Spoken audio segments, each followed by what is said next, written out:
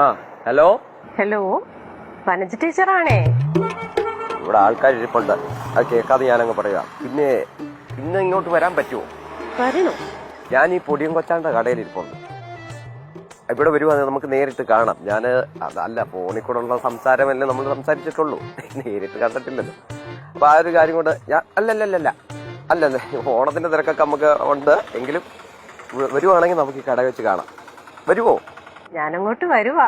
Okay okay.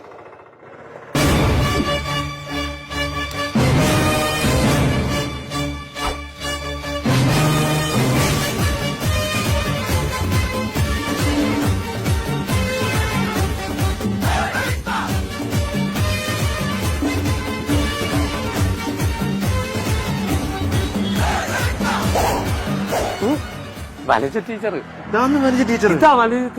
ഈ ഒടിഞ്ഞു വീഴാൻ പോകുന്ന കൊലയ്ക്ക് എന്തിനാ താങ്ങായിട്ട് സ്റ്റീൽ കമ്പി കൊടുക്കുന്നത്? അതിന്റെ നീ അങ്ങനെ പറഞ്ഞു? ഇതിന് ഇത് ചേരുവോ? എനിക്കറിയാം. ചാക്കോ മാഷേ, ചാക്കോ ടീച്ചറെ, വനജ മാഷ്. ആരാ നാരങ്ങാ മുട്ടായി. ആരാ മനസ്സിലായില്ല. മാഷ് എന്നെ ഒന്ന് ഇരിക്കാൻ അനുവദിക്കുമോ? മനസ്സിലായില്ലേ? ഇല്ല, വനജ ടീച്ചർ. ഞാൻ ഉദ്ദേശിച്ച വനജ ടീച്ചർ ഇതല്ല. ഇതല്ലേ? ഇത് ഞാനാ. ഞാനാരാ? ഏ ഞാനാരാ? നീ ആരാന്ന് ഞാൻ പറ. ഞാനാരാ നീ പറയും? അതാ ചോദിച്ചാൽ ഞങ്ങളാരാ? എന്റെ വനജ ടീച്ചർ ഇങ്ങനെ മീൻ വെട്ടിക്കേണ്ട വേഷത്തിൽ വരത്തില്ല. അത് ശരി, സാർ നേരത്തെ വിളിക്കുന്നത് ഞാൻ കേട്ടില്ലേ? സാരി കൊടുത്തോണ്ടാ വരുന്നതെന്ന് പറഞ്ഞു.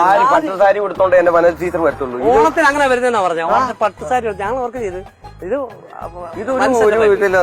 ശരിയല്ല. ടീച്ചറെ പ്രതീക്ഷിച്ചിരിക്കുകയായിരുന്നു. ടീച്ചർ പ്രതീക്ഷിച്ചിരിക്കുക. ഓർമ്മയുണ്ടോ ഈ മുഖം ആർക്കെങ്കിലും എവിടെങ്കിലും? വനജ ടീച്ചർ അല്ലേ? എന്തുവല്ല, എന്തായാലും വനജ ടീച്ചറല്ല. അത് ഞങ്ങള് കണ്ടിട്ടില്ല, അത് ഞങ്ങൾ ഓർമ്മ. നിങ്ങൾ കാണണ്ട.